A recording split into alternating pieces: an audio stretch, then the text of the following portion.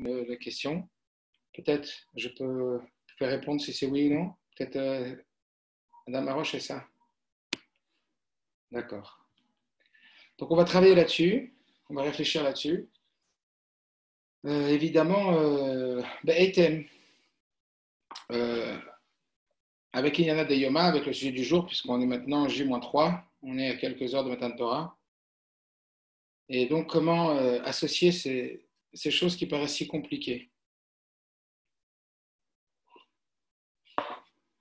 Alors d'abord, aborder ce sujet au travers une définition de la liberté. Qu'est-ce que la liberté? Ça veut dire quoi être libre?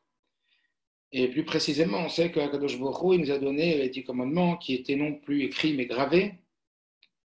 Et on sait très bien le biou, l'explication des Chachamim lorsqu'ils disent Al tikra charut el acherut, ne dis pas gravé mais dis libre. Ça veut dire qu'il n'y a pas de liberté si ce n'est qu'au travers la Torah. Donc la Torah est censée nous amener une liberté. Mais quand on regarde concrètement tout ce que la Torah nous demande, c'est très difficile de parler de liberté. Très difficile de parler de liberté parce qu'on ne se sent pas du tout libre. Alors qu'est-ce que vous en dites? Comment ça fonctionne? Pourquoi la Torah nous dit ne dis pas gravé mais dis libéré? En quoi la Torah nous libère? Et c'est quoi la liberté? Un peu compliqué tout ça.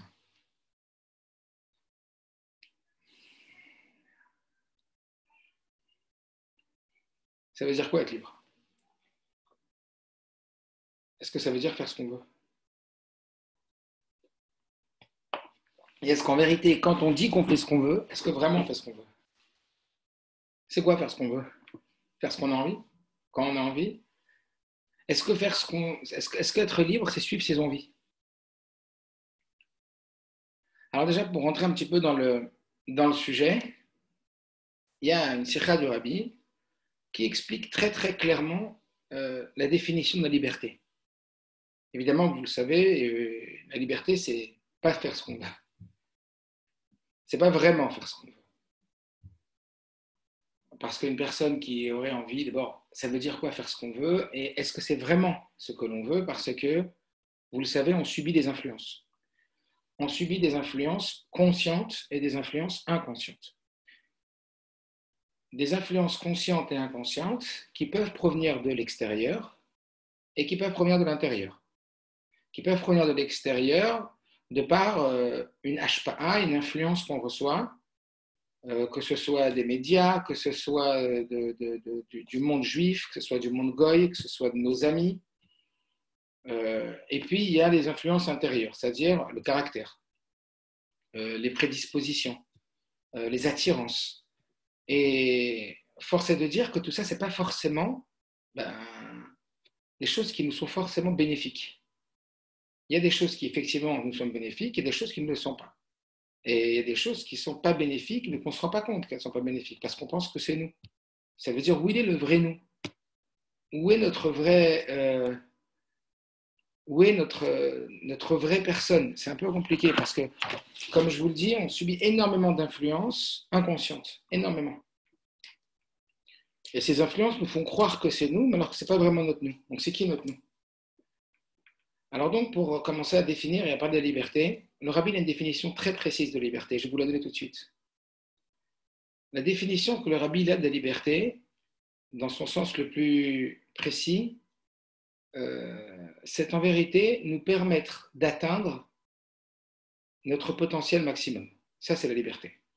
La liberté, c'est de réussir à retirer toutes les choses qui nous empêchent d'être le meilleur de nous-mêmes. Tout ce qui nous empêche d'atteindre notre potentiel maximum, eh bien, participe à nous permettre d'atteindre notre liberté.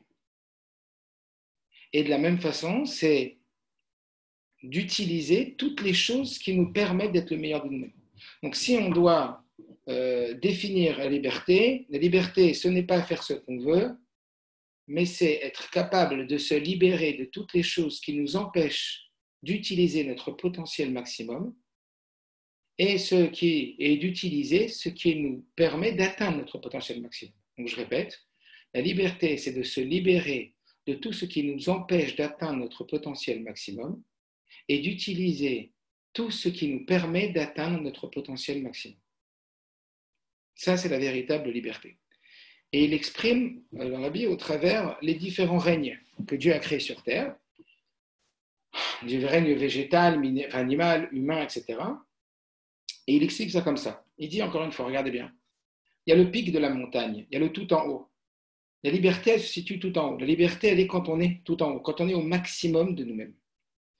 Et quand on commence avec le végétal, effectivement, on remarque quand est-ce qu'on parle de liberté pour une plante. Quand est-ce qu'on dit qu'une plante, elle est libre? Eh bien, lorsque la plante, elle va recevoir tout ce qu'elle a besoin pour ne pas pousser au maximum. Et, lorsqu'elle justement, elle ne va pas recevoir des influences qui vont l'empêcher de pousser au maximum. Pourquoi? Parce qu'on va dire que le maximum d'une plante, ce qu'une plante peut faire de plus, le plus haut de la plante, le potentiel maximum d'une plante, c'est quoi? C'est de pousser le plus possible. D'accord? Donc, qu'est-ce qui va être source de liberté pour une plante? Ça va être de recevoir ce qu'on appelle des sels minéraux dans l'eau ou dans la terre. Donc, la terre va donner ce qu'on appelle des sels minéraux, elle va donner de l'eau qui va fabriquer de la sève, qui est un petit peu le sang de la plante. Elle va recevoir de l'air, du dioxyde de carbone plus exactement. Elle va recevoir du soleil pour faire ce qu'on appelle la photosynthèse, c'est-à-dire utiliser l'énergie qu'il y a dans le soleil pour pouvoir ensuite l'utiliser comme une source d'énergie et pousser. Ça va être en vérité toutes on va dire les prédispositions, les paramètres nécessaires pour que la plante elle puisse pousser. Et lorsque la plante elle ne va pas recevoir ces sels minéraux, cette eau, cette photosynthèse, c'est-à-dire ce soleil ou cette lumière, d'accord, eh ben, elle ne va pas pouvoir bien pousser. Et à l'inverse, il y a des choses qui vont être nocives pour le développement de la plante. Des choses qui vont être nocives, comme, je ne sais pas, moi, une plante qui va pousser au bord de l'autoroute, avec, je ne sais rien, qui va pousser dans un endroit qui est, je sais pas, dans un endroit qui est toxique, ou sur lequel on va marcher dessus, ou des choses qui vont risquer d'endommager, donc, on va dire, la capacité qu'elle a la plante. Pourquoi? Parce que le but de la plante, c'est d'aller au plus haut. Et le plus haut, c'est son potentiel maximum. Maintenant, ce qu'est le potentiel maximum de la plante n'est pas le potentiel maximum de l'animal. Donc, quand est-ce qu'on parle de liberté pour un animal? Quand est-ce qu'on dit qu'un animal, il est libre ou qu'un animal, il n'est pas libre? C'est évidemment pas uniquement en lui donnant à manger et à boire, et en lui donnant de l'air, et en lui donnant du soleil ou en lui donnant de la lumière, bien qu'il a besoin de tout ça. Seulement, ce n'est pas ça qui fait qu'il est en vérité possesseur de son potentiel supplémentaire, de ce qui fait de lui qu'il appartient à ce qu'on appelle au règne animal. Il est au-dessus de la plante. En l'occurrence, vous prenez un animal, prenez un lion, vous le mettez dans une cage. Et cet animal qui est dans une cage, vous lui donnez à manger, vous lui donnez à boire. Donc vous lui permettez de pousser, vous lui permettez de grandir. Et puis vous lui permettez de pousser au maximum. Mais vous le laissez toute sa vie dans une cage. Est-ce qu'on va dire qu'il est libre? Ben non. Ben pourtant, il a tout pour pousser, il a tout pour grandir. C'était un petit lionceau, c'est devenu un très très gros lion. Donc maintenant, voilà quoi, il a poussé, il a grandi. Oui, mais un animal, il a un potentiel supplémentaire. Il a une aptitude qui lui est particulière et qui fait justement de lui une espèce, un règne supérieur. C'est lequel? Vous l'avez compris, ben c'est la mobilité, le fait de se déplacer. Donc si on prend un animal et on le met en cage, on a beau lui donner à manger, on a beau lui donner à boire, c'est-à-dire qu'on le monte sur la montagne, on lui donne plein de choses, mais on ne lui a pas donné la possibilité d'utiliser sa particularité, sa particularité propre à lui et qui le hisse au plus haut niveau de ce qu'un animal y peut, c'est-à-dire sa mobilité, ce qu'une plante n'a pas. Une plante, à part dans les dessins animés, vous ne la verrez jamais se balader en train de marcher comme ça, la plante. La plante, elle reste toujours attachée au sol. D'accord? Donc, ce qui veut dire que ce qui est défini comme étant de la liberté pour une plante, eh ben, ce n'est pas la liberté d'un animal. Ça veut dire qu'un animal, pour être libre, il a besoin de pouvoir bouger, de pouvoir se déplacer, ce qu'une plante ne peut pas.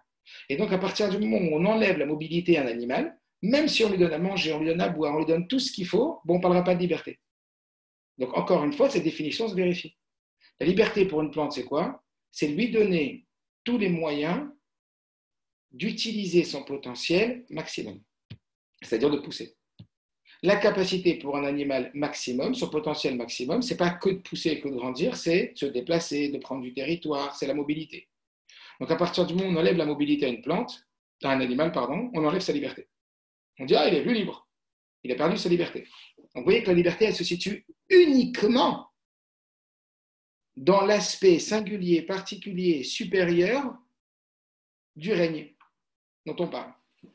Maintenant, l'humain. C'est quoi la liberté de l'homme? Donner à un homme ce qu'on a donné à une plante. Donner à un homme ce qu'on a donné à un animal. Ce n'est pas pour autant qu'on dira qu'il est libre. Qu'est-ce qui fait de l'homme qu'il est libre? Quand est-ce qu'on parle de liberté au niveau humain? C'est le cran supérieur. C'est ce qu'on appelle la liberté de penser.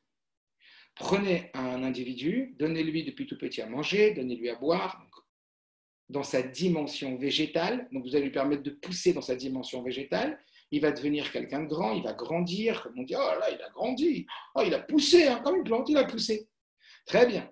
Maintenant, mettez-le dans une prison, évidemment qu'il n'est pas en liberté, mais sortez-le de la prison. Ça veut dire, permettez-lui de se promener, permettez-lui d'aller se balader dans 500, 1000 kilomètres. Est-ce que pour autant il est libre? Oui, non.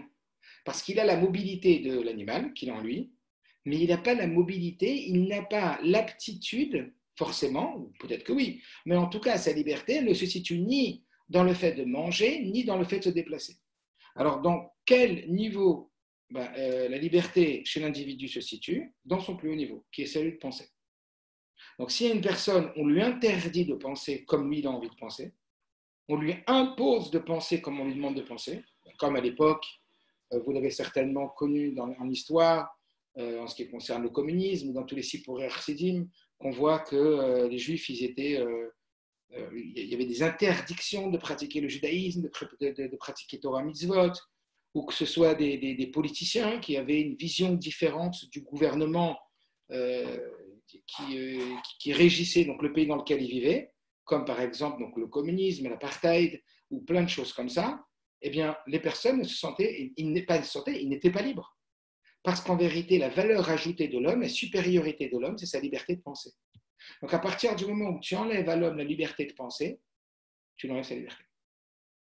Même si tu le laisses se déplacer et si tu le laisses se nourrir. Parce qu'encore une fois, la définition de la liberté se vérifie. La liberté, c'est de pouvoir utiliser son potentiel maximum. Et donc, concrètement, de réussir à se substituer et à retirer tout ce qui va gêner l'utilisation de son potentiel maximum et d'utiliser tout ce qui va servir à utiliser son potentiel maximum. Ça, c'est donc, on a vu entre l'animal, entre le végétal, l'animal et l'humain. Donc, il y a liberté pour le végétal, il y a liberté pour l'animal, il y a liberté pour l'humain, mais ce n'est pas au même niveau. Le point commun, c'est qu'ils se situent tous dans la possibilité d'utiliser leur potentiel maximum. Est-ce que c'est clair pour tout le monde? Juste répondez-moi oui, non, pour que je sois sûr que c'est suffisamment clair, que je puisse avancer. Même une personne qui me répond, peut-être? Ok, super. Très bien. Donc pour l'instant, on va maintenant laisser la dimension du juif. Parce qu'en réalité, c'est encore un shlav supérieur. C'est encore une dimension supérieure, le juif, dans la dimension de ce qu'est la liberté. Mais avant ça, je vous donne des petits exemples. Imaginez-vous un enfant qui doit, un adolescent, ou qui doit travailler pour réussir à obtenir son diplôme. Et puis, voilà qu'il est pris par les WhatsApp, il est pris par je ne sais pas quoi, par le téléphone, et il regarde, et il traîne, et tout ça. Et puis sa maman, elle lui dit, écoute, désolé, maintenant il faut que tu travailles. Je ne te vois pas travailler, il y a ton diplôme qui arrive. Maman, écoute, je fais ce que je veux là. Je suis libre. Laisse-moi libre de faire ce que je veux. Mais non, ma fille, tu n'es pas libre. Parce que si maintenant ton téléphone, il t'impose, ou il t'oblige, ou il te pousse à ne pas réviser, c'est le contraire de ta liberté. Il est en train de servir ou de desservir ta liberté? Alors là, maintenant, tu as l'impression que de pouvoir faire ce que tu veux maintenant, c'est ça la liberté. Je suis libre de faire ce que je veux maintenant. Eh bien non, parce que ça ne va pas vraiment servir ta liberté. Parce que ça va t'empêcher de pouvoir avoir ton diplôme. Ça va t'empêcher de pouvoir avoir le métier que tu souhaitais avoir et donc avoir un épanouissement de ta personne au travers de l'utilisation de ta personne dans le domaine que tu vas exploiter. Donc en vérité, tu as l'impression que c'est de la liberté. Mais ce n'est pas de la liberté. Un enfant lui dit à 9h, tu dois aller au lit. 8h30, 9h, tu dois aller au lit. Non, je fais ce que je veux, laisse-moi libre, j'ai envie d'aller au lit à minuit, je vais à minuit. Oui, mais demain, tu as école à 7h. Oui, mais ça va, je me réveillerai, de toute façon, je fais ce que je veux, je suis libre. Mais non, être libre, c'est aller au lit à 9h. Être libre, c'est pas aller au lit à minuit ou 1h. Parce que si tu vas au lit à minuit ou 1h du matin, demain matin, comment tu vas être pour aller à l'école? Évidemment que tu vas être épuisé, tu vas être fatigué, parce qu'à ton âge, on a besoin de 9 heures de sommeil, 8 heures de sommeil. Mais si demain à 3 heures du matin, parce que sous prétexte que je fais ce que je veux, tu fais pas ce que tu veux, tu es en train de te faire piéger. Et plus tard, tu vas t'en rendre compte. C'est bien plus tard quand tu vas s'en rendre compte. Purée, quand j'étais jeune, je n'ai pas été réglé. Et en vérité, j'ai pas reçu assez de règles à respecter. Et ces règles-là, elles étaient les garants de ma liberté. Parce que si j'avais respecté ces règles, alors j'aurais pu optimiser mes capacités. Et dans ce cas-là, j'aurais pu aller au plus haut de ce que j'aurais pu être. Et après, j'aurais pu avoir une vie toute ma vie qui ressemble à celle que je voulais avoir. Autre exemple, un diabétique. Quelqu'un qui a du diabète, il a un problème de santé et il a, vous savez, un taux de sang compliqué, un taux de sucre compliqué dans le sang. Et c'est Mesoukan. Ça veut dire que Pachout, il est en danger. Et lui, il voit, je sais pas, une Brit Mila, il y a un super buffet. Et lui, il va se ruer sur les gâteaux. Il adore le sucre, il est attiré par le sucre, il est addict au sucre. Et il veut manger un gâteau. Et tu dis, non, tu ne manges pas de gâteau, toi. Je dis, mais enfin, tu plaisantes. Je ne mange pas de gâteau. Mais laisse-moi libre, je fais ce que je veux. Je suis libre. Être libre, c'est de ne pas manger le gâteau. Être libre, c'est pas manger le gâteau. Parce que ce gâteau va te nuire. Donc, toute chose qui te nuit et qui va faire que tu vas peut-être vivre moins longtemps et qui va faire que tu vas peut-être que Dieu préserve, perdre la vue, parce que les diabétiques, ils ne font pas attention, il peut y avoir des déficiences à plein de niveaux, dont la vue et plein de choses. Tu n'as pas compris. C'est pas en train de t'amener à de la liberté, c'est en train d'être une prison pour toi, mais une prison où tu ne vois pas pour l'instant le fait que c'est une prison. Mais en tout cas, ça va t'enlever. Ça va t'enlever de la vie, ça va t'enlever de la santé. Est-ce que vous comprenez? Vous allez voir un médecin, le médecin, troisième exemple, le médecin, il vous dit, voilà, il faut suivre tel et tel traitement ou il faut se faire opérer. Ouais, bah, je suis libre de choisir ce que je veux. Non. Si tu étais libre de... La vraie liberté, c'est pas de choisir ce que tu veux maintenant. Ouais, mais moi j'ai prévu les vacances, je suis désolé, je ne vais pas me faire opérer maintenant. Après, ça va, j'avais prévu tout un plan avec des groupes d'amis. Moi, je ne renonce pas à mes vacances. Je n'ai pas compris. La liberté, c'est de faire ce que le médecin dit. Parce que c'est grâce à ça qu'à terme, tu vas pouvoir vivre le mieux, le plus longtemps possible et le mieux possible. Donc, même si à l'instant T, tu as l'impression que c'est des règles qui t'emprisonnent, en réalité, c'est pas vrai, c'est ça qui te permet la liberté. Donc, quelque part, les règles sont source de liberté. Vous vous rappelez de ce fameux Rashi qui dit qu'un jour, un médecin, il est rentré dans une salle où il y avait deux patients et un qui était très, très malade au bord de Hashem Mishmor, quoi. Il y a toute une série de rabbi là-dessus. Et qu'il est au bord de Shriv Mera, ça veut dire qu'il est au bord du départ de ce monde. Et le médecin, il lui dit, bon, lui, il a eu tout son staff, donc, voilà, on va dire le professeur, il dit aux internes, aux infirmières, lui laissez-le manger ce qu'il veut. Et puis il y a l'autre d'à côté, et il va beaucoup, beaucoup mieux. Ça veut dire que lui, il est en bien meilleure santé. Et il regarde son diagnostic, il dit, là, alors lui, régime alimentaire, pas de sucre, pas de sel, il devra faire attention à avoir tel et tel antibiotique. Oui, tu comprends, il dit, qu'est-ce que vous voulez avec moi? Je n'ai pas compris. Avec lui, vous lui permettez tout ce qu'il veut, et avec moi, vous me demandez autant de règles. Et vous connaissez la suite, vous connaissez Salman Rachi. Oui, parce que lui, il est condamné, mais pas toi. Ça veut dire que toi, tu peux encore avoir de la vie. Donc évidemment qu'on est plus rigoureux avec toi. Aujourd'hui, je ne sais pas si vous êtes au courant, Mais il y a une nouvelle loi qui est passée que si on attrape quelqu'un avec son téléphone dans la main en train de conduire, on lui enlève immédiatement son permis de conduire. C'est quoi la liberté? C'est de prendre son téléphone ou de ne pas le prendre? C'est quoi la liberté? C'est de prendre son téléphone ou de ne pas prendre son téléphone, la liberté? Ben, c'est de prendre son téléphone si j'ai envie. Si j'ai envie, je le prends. Mais non! Parce que si le policier il t'arrête, eh ben, tu ne pourras plus conduire. Donc ça va t'enlever le permis de conduire. Donc ça va t'enlever l'autorisation de conduire. Donc en vérité, cette soi-disant liberté n'en est pas une parce qu'elle va te retirer la possibilité de conduire. Donc vous comprenez la raison pour laquelle la liberté est conditionnée par des règles. La liberté est conditionnée par des règles. Et si tu ne respectes pas les règles, ben c'est là que tu perds ta liberté. Alors après, les règles, évidemment, elles sont différentes. Dans tout ce que j'ai cité comme exemple, elles sont très, très différentes en fonction de la personne, en fonction de la situation, en fonction de si c'est une plante, en fonction de si c'est un animal, en fonction de si c'est un homme, en fonction de si c'est un juif. Vous comprenez? En fonction de la situation, il y a des règles qui sont différentes. Mais pour pouvoir profiter de sa liberté, ça veut dire quoi liberté? Ça veut dire avoir la possibilité d'utiliser et d'être dans le meilleur de soi-même.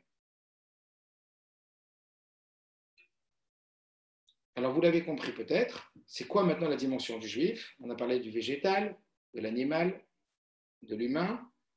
La liberté chez le végétal, c'est de pousser, parce que c'est ce qui peut le plus.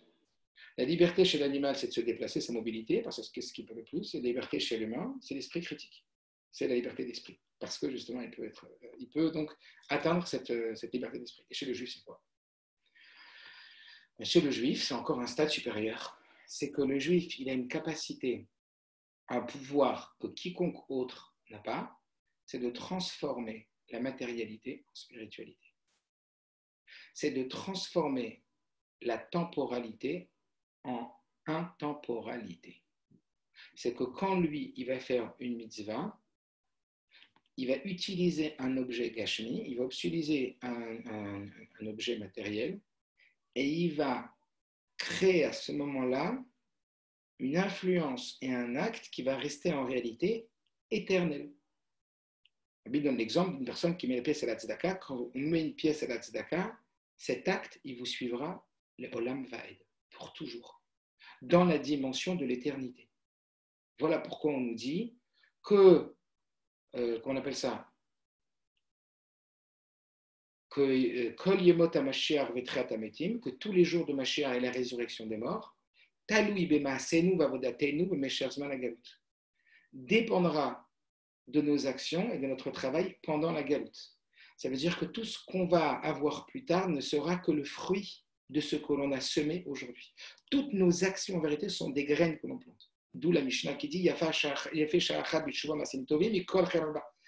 c'est meilleur un instant de tchouva sur terre et de bonnes actions que tout le monde futur. Pourquoi? Parce que dans le monde futur, on sera uniquement dans le profit.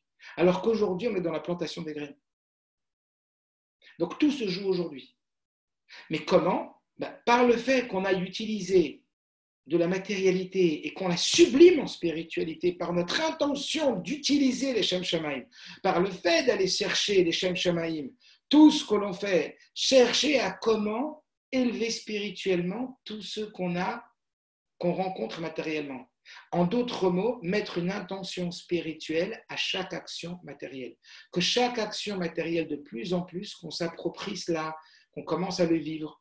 Il n'y a plus une action dans ma vie qui ne veut pas être au service de son intention spirituelle. De la même façon qu'un individu, chaque action est au service de son intention. Et l'intention n'est pas visible et l'action l'est, mais l'action n'est que l'expression de l'intention. Eh bien, nous, peuple juif qui avons été choisis par Akadosh Baruch Hu, qui avons reçu cette dimension, donc, Matan Torah, cette Nefesh Hashémit, eh bien, nous permet maintenant, c'est ça tout le chidouche de Matan Torah, c'est de faire rentrer Dieu dans la matérialité, l'éternité dans la temporalité. Et c'est ce qu'explique la Gemara quand elle dit que les gens de Rome, ils ne pouvaient pas aller en Syrie, et les gens de Syrie ne pouvaient pas aller à Rome. Rome, il a chaîne Romémout, et Syrie, il a chaîne Soura, il a chaîne éloignée.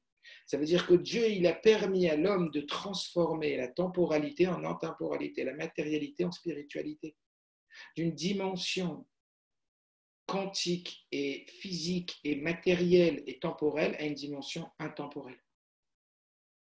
Et c'est pour ça qu'on dit qu'avant Matan Torah, Bien sûr que les Bnei Israël, ils accomplissaient Torah Mitzvot, mais ils ne pouvaient pas imprégner véritablement de spiritualité la matérialité. Ça restait deux choses séparées. C'est pour ça que quand ils mettaient les tefilines avec, vous connaissez, ils prenaient le bâton, ils grattaient le bâton, etc. Le bâton, il n'y a pas de doucha, pas comme aujourd'hui les tefilines. Donc en réalité, si on doit reprendre notre système de la liberté, notre définition de la liberté étant le moyen d'utiliser son potentiel maximum. Pas utiliser le plus de potentiel possible. Aller chercher uniquement dans le potentiel maximum. Encore une fois, un animal qui mange et qui boit, il n'est pas dans sa liberté. La liberté ne se trouve que dans son maximum. Vous avez compris? Donc, encore une fois, la liberté, c'est l'utilisation de ce potentiel maximum. Et toutes les choses qui me permettent d'atteindre mon potentiel maximum sont appelées au service de ma liberté. Toutes les choses qui m'empêchent d'utiliser mon potentiel maximum sont appelées des obstacles à la liberté, le contraire de la liberté. Même si, à un moment donné, j'ai l'impression que c'est pour moi de la liberté, puisque je fais ce que je veux. Mais encore une fois, comme je vous l'ai bien expliqué, un diabétique qui mange un gâteau au sucre, on ne peut pas parler de liberté à ce moment-là, puisqu'il est en train de s'enlever de la vie.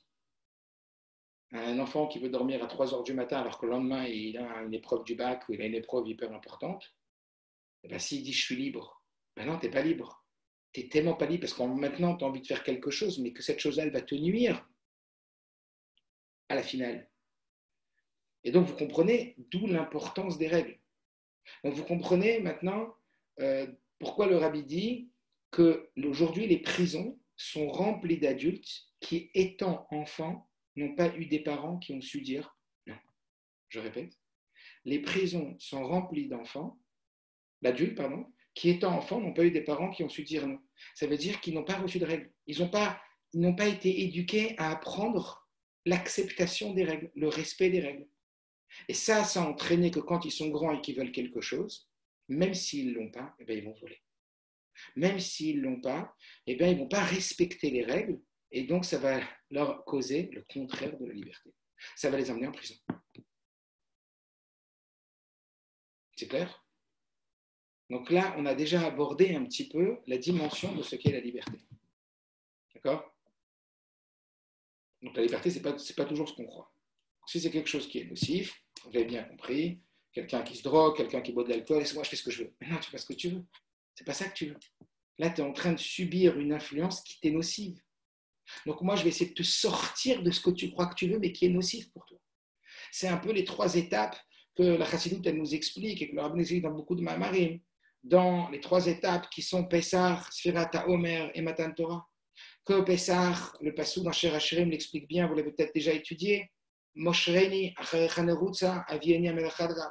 Que Moshreni, c'est qu'on demande à Dieu, quand on était en Égypte, sors-moi de là. Moi, je suis encore trop attaché à l'Égypte. Je suis encore, quand Dieu nous sort de l'Égypte, on est encore au 49e degré d'impureté. Donc, on a encore envie des choses mauvaises. On a envie du mauvais parce que Dieu, il a libéré que l'âme divine, mais l'âme animale, elle est encore au 49e degré d'impureté. Donc, elle est encore dans un état où elle doit dire à Dieu, Moshreni.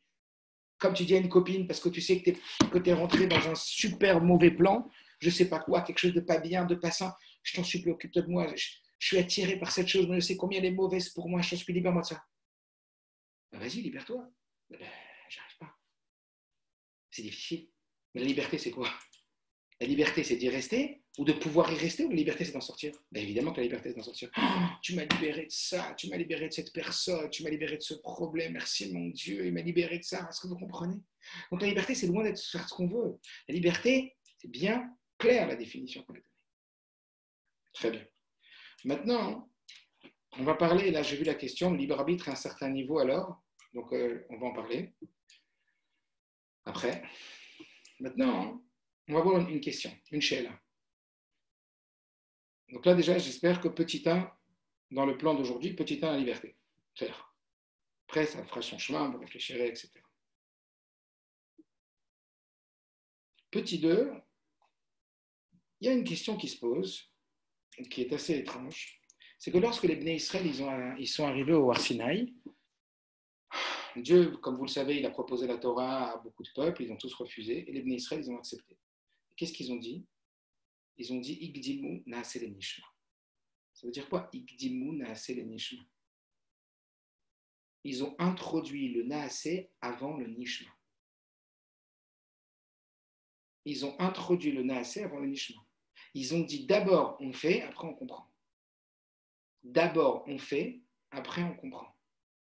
En deux mots, dans notre jargon, qu'est-ce qu'ils ont dit en Israël? Tout oui. Tout oui. Tout oui, Hachem. Tout ce que tu nous demandes. Oui. Mais tu ne sais même pas encore. Les anges sont devenus fous. Quand ils ont vu les Bnei Israël dire tout oui à Dieu, Ikdimun Asel Nishma, les anges, la Gemara, ils disent Mi Gila Razel Barnash. Qui a donné le secret des anges aux hommes? Il n'y a que les anges qui savent Ikdimun Asel Nishma. Qui savent dire d'abord on fait, après on comprendra.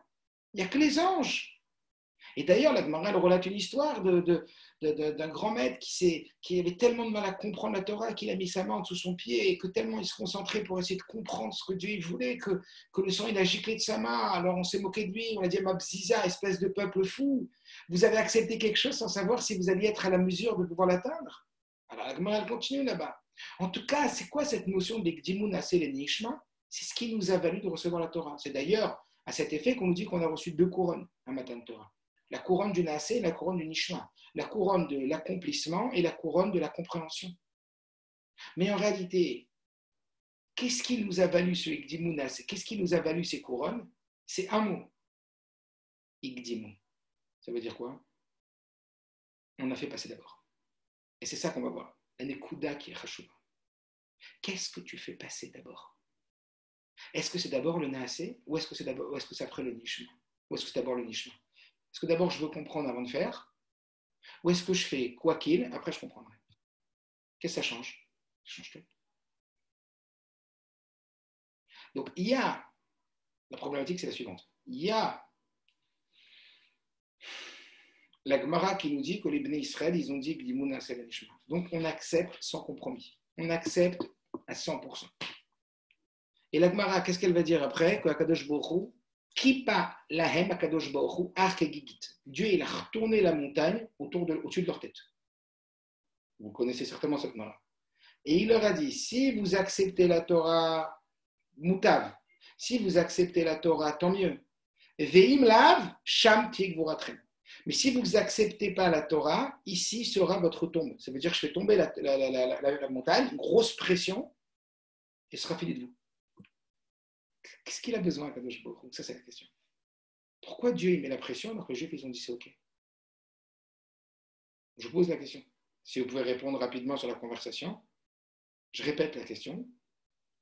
On a des personnes qui sont complètement volontaires et qui disent OK, 100%, je suis banco, Ikdimouna, c'est les Nishma, d'abord on fait, après on comprend. Et quand même, Dieu trouve le besoin de nous mettre une pression de dire je vous retourne la montagne sur votre tête. Si vous l'acceptez, tant mieux, sinon, paf. Pourquoi? À qui tu mets de la pression? À quelqu'un qui ne veut pas. Comme l'histoire avec Abraham Avinu, que quand il y avait des invités qui nourrissaient et qui demandaient de bénir Dieu et qui refusaient, oui, mettez de la pression. En disant, il faut que tu payes maintenant si tu ne bénis pas Dieu. Mais là, il faut que ça se fasse par soumission aussi. Pourquoi? Exactement, pourquoi il faut que ça se fasse par soumission? Et dans Eximoun, là, c'est les Nishma, il n'y a pas de soumission? D'abord, c'est vrai ce que vous dites. Hein. Il faut que ça se fasse par soumission aussi. C'est vrai qu'il faut que ça se fasse par soumission. Mais quand on dit que Dimouna c'est Benishma, ce n'est pas de la soumission, c'est pas justement ça qui nous a valu que les anges nous disent mais d'où ils savent? Un humain, il veut toujours comprendre avant de faire. Vous voyez bien vous-même quand on vous demande de faire quelque chose. Tiens, mais levez-vous. Je vous demande de vous lever là. Je ne vous vois pas, vous êtes caché, je vous demande de vous lever. Combien il y en a qui sont levés? Pas levés? C'est plus facile d'accepter sans contrainte qu'avec une contrainte. C'est vrai ça. C'est vrai, c'est que vous acceptez sans contrainte qu'avec une contrainte. Mais si déjà on a accepté, pourquoi une contrainte supplémentaire? Accepter avec confiance, voilà, ben ils ont accepté avec confiance. Ils ont dit que Dimouna Sel Nishma, c'est pas la confiance. Hein. C'est pas le signe de la confiance la plus absolue que de dire Dimouna Sel Nishma. Alors en réalité, pour comprendre cette question, donc j'espère qu'elle est bien claire chez vous, pourquoi Dieu a eu besoin de mettre une pression de la montagne sur leur tête alors que déjà ils avaient dit Eximouna Sel Nishma. Ils avaient accepté par amour.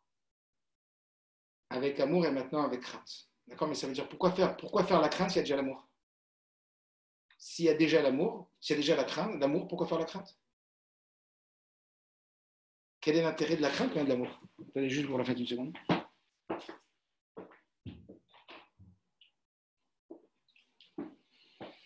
Au contraire, on sait que l'amour, c'est beaucoup plus fort que la crainte. Que la tchouva mitocha va, c'est plus haut que la tchouva mitocha ira. La ira, ça nous retient, l'amour, ça nous propulse. Alors, on va réfléchir à deux concepts. Laissez pour l'instant cette question et revenons à ce principe même de Ikdimouna Selenishma. C'est quoi Ikdimouna Selenishma? Avant de réfléchir à cette question-là, de pourquoi Dieu il a eu besoin de mettre un achat supplémentaire. C'est quoi Ikdimouna Selenishma? C'est ce qu'on appelle faire les mitzvot par Kabbalatol. Accepter la volonté divine par soumission. D'accord? Ikdimouna Selenishma, ça veut dire je fais ce que tu me dis quoi qu'il arrive, même si je ne comprends pas. Donc ici, il y a une ma'ala, une qualité, c'est ce qu'on appelle la soumission. On est soumis à Kadosh Baruch Hu. Maintenant, réfléchissez et dites-moi, dans le Naasé, il y a des avantages dans le Naasé, dans la soumission, dans l'action, sans comprendre, il y a des avantages et des inconvénients. Dans le Nishma, dans la compréhension, il y a des avantages et des inconvénients. Dites-moi lesquels. Dites-moi lesquels. Qu'est-ce qu'il y a de plus dans la soumission qu'il n'y a pas dans la compréhension? Et qu'est-ce qu'il y a de plus dans la compréhension qu'il n'y a pas dans la soumission?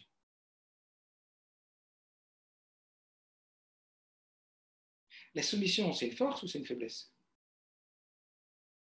On a l'impression que la soumission, c'est une faiblesse. Parce que quand tu es soumis, tu es faible. Pas du tout. La soumission, c'est le plus grand pouvoir que la Mila. Il n'y a pas plus pouvoir que la soumission. Parce que la soumission, je vous laisse déjà répondre. Est-ce que quelqu'un il veut répondre ou quoi? Allez, avantages et défauts de la soumission. Avantages et défauts de la compréhension. Pourquoi est-ce que tout ce qui nous a valu la Torah, c'est d'abord la soumission avant la compréhension? Et attention, ça ne veut pas dire, comme le Rabbi dit dans une sikha, qu'il ne faut pas de compréhension. Bien sûr qu'il faut de la compréhension. Mais il faut juste que la soumission, elle passe avant la compréhension. Et pour comprendre ça, allons comprendre c'est quoi l'avantage et les défauts de la soumission. Il y a quelqu'un qui veut dire quelque chose ou j'avance?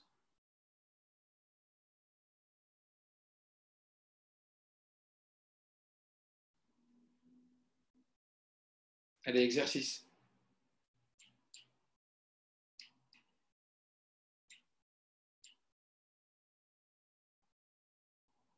Non, il n'y en a pas? Ok. Qualité de la soumission. En faisant, on comprend. En se soumettant, on le fait après par amour. Soumission, manque de kiff. En faisant, on comprend. En se soumettant, on le fait après par amour. C'est pas évident ça. Soumission, manque de kiff. Ah bah oui. En général, quand on est soumis, quand vous faites les choses parce qu'on vous les impose, comme vous avez dit tout à l'heure, c'est beaucoup plus difficile. Alors on va dire comme ça, c'est juste une réflexion. Je n'ai pas dit que ça limite la soumission et la compréhension à ce que je vais dire. C'est juste une petite réflexion. On va dire que la qualité qu'il y a, l'avantage qu'il y a dans la soumission, c'est que la soumission te permet d'aller beaucoup plus loin que la compréhension. La soumission te permet de bénéficier de ce que toi, tu ne peux pas avoir. La soumission te permet que même lorsque ta compréhension ne te permet pas de bénéficier d'une chose, la soumission qui est en toi te permet d'en bénéficier. Ne voyez plus la soumission comme quelque chose de négatif. Ne voyez plus la soumission comme une disparition. Ne voyez plus la soumission comme une annulation. Voyez la soumission comme un pouvoir qui vous dépasse, dont vous pouvez en bénéficier. Ça veut dire, lorsque je suis soumis, lorsque j'utilise le pouvoir, parce que Dieu nous a donné une multitude de pouvoirs, et parmi nos pouvoirs, on a un pouvoir d'être soumis, oui, la soumission, c'est une forme de disparition. Mais c'est une forme de disparition pour une meilleure réapparition. Par exemple, on a parlé du médecin. Le médecin, il me dit, il faut se faire opérer. Quand je suis soumis au médecin, où il me dit de prendre un traitement d'antibiotiques de 8 jours, quand je suis soumis au médecin, au moment où je suis soumis au médecin, je disparais. Ça veut dire que je dois l'écouter et pas m'écouter. Donc c'est lui que j'écoute et pas moi. Et donc, la soumission décide que je ne m'écoute pas et que je l'écoute lui. Oui, mais par le fait que moi je m'efface, c'est comme si je balayais dans ma tête mon moi, c'est comme si je me retirais et que je faisais rentrer lui à l'intérieur de moi. C'est-à-dire c'est lui que j'écoute.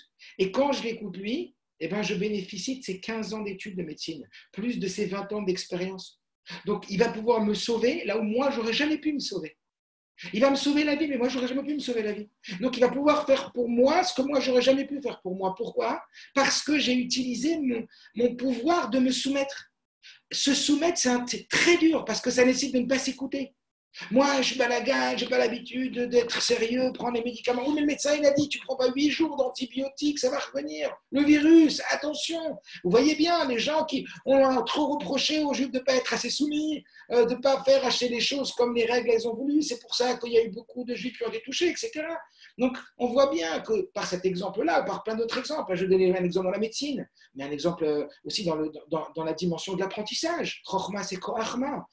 Qu'est-ce qui va faire de toi quelqu'un de très grande par rapport à toi-même, c'est ta capacité à te soumettre. Se soumettre, là, par exemple, maintenant, c'est se concentrer. C'est vider son esprit, c'est se vider complètement de votre vie et vous remplir de ce qu'on est en train de dire maintenant. Et plus vous arrivez à vous soumettre maintenant dans le sens à écouter ce que je dis, ça ne veut pas dire que demain vous allez continuer ou tout à l'heure vous serez forcément d'accord avec moi. Mais pour pouvoir m'entendre, pour pouvoir profiter de ce que je suis en train de dire, il va falloir que vous fassiez un travail de vide à l'intérieur de vous. Le vide, c'est celui qui permet le remplissage. Ça, Rabbi l'a largement expliqué avec l'histoire de la seringue. Je ne sais pas si vous avez déjà entendu parler. En tout cas, le vide, c'est lui qui permet le remplissage. Une bouteille qui est remplie, on ne peut pas la remplir. Une bouteille qui est vide, on peut la remplir. Un chacham, c'est quelqu'un qui sait se vider. Alomène Mikol Adam. Donc l'idée de la soumission, c'est le plus grand pouvoir que l'homme a parce que ça lui permet de se remplir de la connaissance de l'autre. Si je suis soumis dans le sens soumis apprentissage au professeur, parce que je parle d'enseignement, ma capacité à me soumettre, c'est-à-dire ma concentration, c'est quoi la concentration ? C'est justement le vidage de la tête, il va me permettre un remplissage de fou. Et donc plus je suis soumis dans mes études, et plus je vais devenir un crack quand je vais sortir de ces études. Donc en vérité, cette soumission me permet de bénéficier de ce que l'autre a à m'apporter. Alors, en matière d'apprentissage, ce que ma tête me permet de comprendre, je vais aller le chercher alors que je ne le comprenais pas hier, je ne le comprends pas maintenant. Maintenant qu'il va me l'expliquer, il va m'offrir quelque chose dont je ne pouvais pas moi-même l'apprendre seul. Donc la soumission, c'est mon meilleur allié, mon meilleur ami, c'est la soumission. Parce que c'est lui qui me permet de m'enrichir des autres, de devenir plus grand, de devenir plus fort, de devenir plus performant.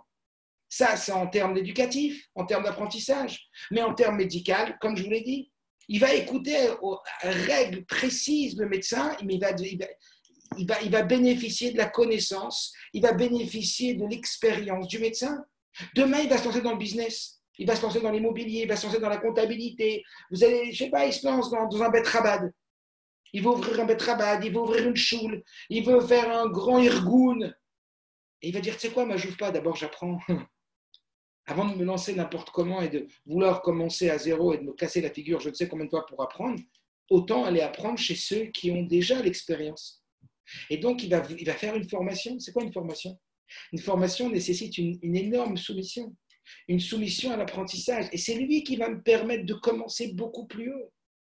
Donc en vérité, la soumission, c'est extraordinaire pour nous. Donc la soumission, c'est comme si je vous disais, c'est efface-toi pour devenir plus grand. Quand on est battel, on n'est pas battel tout court, on est battel à quelqu'un. Quand on dit je suis battel au rabbi, je suis soumis au rabbi, ça veut dire que je fais ce que le rabbi dit. Donc être soumis, c'est pas être battel dans le sens yoshev ou battel, que je mets les bras croisés comme ça, je m'assois et j'attends que ça se passe et que je fais rien. C'est pas ça le bitoul, ça c'est pas du bitoul. Le bitoul, c'est quand j'ai un maître qui me donne des prescriptions précises. Fais chitat, fais rambam, fais les tilafiat le matin, fais telle chose, apprends telle chose, comporte-toi de cette façon. Comme on dit, les anagot et la drachot chassidique, les comportements. Ça, c'est le bitoul. Je vais écouter ce qu'il va me dire pour devenir lui. Alors, pas vraiment lui, mais pour me hisser Attache-toi au capitaine et tu deviendras un capitaine. Toi, tu n'étais pas au niveau de le devenir. Mais le fait que toi, tu vas te soumettre à lui, tu vas te vider à l'intérieur de toi, tu vas te remplir de lui. Moi, je ne veux pas exister, moi, je vais exister au travers de toi. Oh, ah ouais, tu n'as pas d'autonomie, il n'a pas de personnalité. Pas du tout. Tu vas voir, elle va réapparaître, ma personnalité. C'est pour ça, Ikdimoun, c'est Nishma. Le rabbi dit, ce n'est pas écrit Naasé tout court. Ce qui a valu aux Juifs de recevoir la Torah, ce n'est pas que le Naasé. Ce n'est pas que le bitoul. C'est le bitoul et la compréhension. Et dans cet ordre. C'est dans cet ordre que cela leur a valu la Torah. C'est-à-dire que ce niveau, tu vas l'atteindre par le Ikdimoun, Naasé et Nishma. Par le fait, si c'est ça qui a donné la Torah, c'est ça le Kéli pour recevoir la Torah. Place-toi devant la Torah d'abord avec soumission et ensuite avec compréhension. Parce que la soumission nous permet le dépassement de soi et la compréhension nous permet l'adhésion profonde. La soumission, elle nous permet d'aller là où notre compréhension, si on devait la suivre, eh ben, elle nous aurait empêché d'aller. C'est un peu l'exemple d'une personne qui va chez le rabbi et qui dit au rabbi, voilà, rabbi, je veux bien faire les mitzvot, mais je veux tout comprendre avant de les faire. Je veux comprendre les mitzvot avant de faire les mitzvot. C'est pas comme ça, moi. Si je comprends, je fais. Si je comprends pas, je fais pas. Dites-moi pourquoi les tzitzit, pourquoi les tefilin. Je veux tout comprendre. Alors, le rabbi, il lui a dit, pourquoi que lorsque vous allez chez le médecin et que le médecin il vous donne une prescription médicale et il vous donne des antibiotiques à prendre et des médicaments, est-ce que vous dites au médecin, voilà, j'aimerais d'abord tout comprendre comment ces antibiotiques qui fonctionnent sur mon corps, j'aimerais comprendre comment les molécules, telle et telle molécule va fonctionner sur la guérison de mon corps. Quand vous allez à la pharmacie, vous demandez des explications, pas du tout. Avec Bitoul, vous prenez le médecin, vous prenez la prescription médicale, vous allez à la pharmacie, vous donnez votre carte verte, vous donnez le truc, vous prenez le médicament à chèquette. On lui dit pourquoi? Pourquoi? On lui dit parce que si vous devez comprendre tout, comment ça fonctionne, ces antibiotiques et ces médicaments sur vous, vous avez le temps de vous imaginer. Donc, on lui dit si vous devez comprendre tout ce que vous prenez chez le médecin avant de le prendre, alors il ne pourra pas vous donner la vie sauve, il ne pourra pas vous soigner. Donc, à l'image des médicaments, prenez les médicaments, comme vous faites, avec les médicaments, faites-le avec les mitzvot. Prenez les médicaments. Et quand vous allez prendre les médicaments, vous allez vous soigner. Quand vous serez en bonne santé, allez apprendre comment ça fonctionne. Alors, sur quoi c'est basé, cette soumission? Sur quoi c'est basé que quand tu vas chez le médecin, tu prends les médicaments comme il faut? Et tu ne te poses pas la question, est-ce que la molécule, sur moi, elle va faire ça, est-ce qu'elle va faire ça, elle va faire ça? La base de la soumission, c'est quoi? C'est la confiance, c'est la émouna. La base de la soumission, c'est la émouna. Et vous verrez, plus vous avez confiance en quelqu'un, et plus vous allez vous soumettre à ce qu'il dit, mais dans une perspective positive. Enlevez le côté péjoratif du mot soumission dans le sens soumission, ça veut dire je suis nul. Au contraire, soumission, c'est-à-dire que oui, je suis nul comme une graine qui devient nulle dans la terre pour pouvoir après devenir un arbre. Cette soumission, c'est la source de mon évolution. Donc, bien sûr que je vais être soumis. Bien sûr que la soumission est un pouvoir fabuleux. Et d'ailleurs, cette soumission, justement, elle est basée sur de l'aïmouna. Elle est basée sur la confiance. C'est pour ça que quand vous allez chez un médecin, j'ai pas tellement confiance à ce médecin. Moi, je vais aller voir un autre médecin. Je vais aller voir un deuxième avis parce que, ouais, ce qu'il me demande, en plus, c'est une grosse opération et tout, pas très confiance. Donc, on va aller voir un deuxième médecin, un autre avis. Mais si tu as une confiance, on dit aveugle en lui, c'est-à-dire que tu as une confiance, les yeux fermés. D'ailleurs, c'est quoi les yeux fermés? Ça n'a pas besoin de preuve, pas besoin de voir, pas besoin de preuve. Fini. Donc en vérité, la soumission, c'est elle qui nous amène au plus haut niveau. C'est elle qui nous permet de nous dépasser. Là où la compréhension s'arrête, dit le rabbi précédent, la émouna commence. Là où la compréhension s'arrête, la confiance commence. Tant que tu comprends, tu n'as pas besoin d'avoir confiance. Quand est-ce que tu as besoin d'avoir confiance? Quand tu comprends plus. Et le rabbi Rayat, il dit que c'est comme un kéli qu'on remplit. Tout là où il y a la compréhension, il n'y a pas besoin d'émouna. La émouna, elle commence là où la compréhension s'arrête. Seulement, qu'est-ce qu'on attend d'un juif? Que ce qu'il faisait hier par émouna, parce que c'était au-dessus de la compréhension, maintenant il le comprenne. Et le fait qu'il va le comprendre, il n'a plus besoin d'utiliser sa émouna pour le faire, parce que maintenant il a acquis, il a adhéré à l'intérieur de lui. Et donc maintenant, c'est devenu de la compréhension. Il ne le fait plus par confiance, il ne le fait plus par émouna, il le fait par compréhension. Et ça va lui permettre quoi? Que ce qu'il ne faisait pas du tout par émouna, maintenant, il va le faire. Donc c'est en vérité monter, vous voyez, comme un effet de levier, ça monte toute la machine. Quand je monte ma compréhension, je monte ma émouna, et donc la émouna va me permettre de faire des choses encore plus hautes. C'est ce qu'explique le rabbi précédent. Donc en vérité, qu'est-ce qu'on est en train de nous dire? On n'est pas en train de nous dire qu'on ne comprend pas. Parce que dans la compréhension, il y a une qualité qu'il n'y a pas dans la soumission. C'est quoi la qualité qu'il y a dans la compréhension? Vous voyez quand vous comprenez quelque chose. Là, par exemple, je suis en train de vous expliquer des choses. Peut-être que vous avez compris, peut-être que ce n'est pas des chidushim ce que je vous dis, que vous le saviez déjà, ou peut-être que non. C'est peut-être une nouvelle lumière, un nouvel angle, une nouvelle façon de voir les choses. Donc effectivement, là, on est face à une nouvelle chose qui nous amène à une compréhension. Et bien, quand on comprend les choses, on a une adhésion beaucoup plus forte. La compréhension, elle nous pénètre de l'intérieur. C'est un peu comme Mishpatim, les mitzvot qui sont appelés Mishpatim. Ça veut dire que, vous voyez, quand il y a quelque chose qu'on vous demande de faire et qu'on ne vous dit pas pourquoi la faire, ben, si je vous dis lève-toi, et je ne me lève pas. Mais lève-toi, il y a le feu à côté de toi là. Ah ben oui, je me lève. Lève-toi parce que il y a...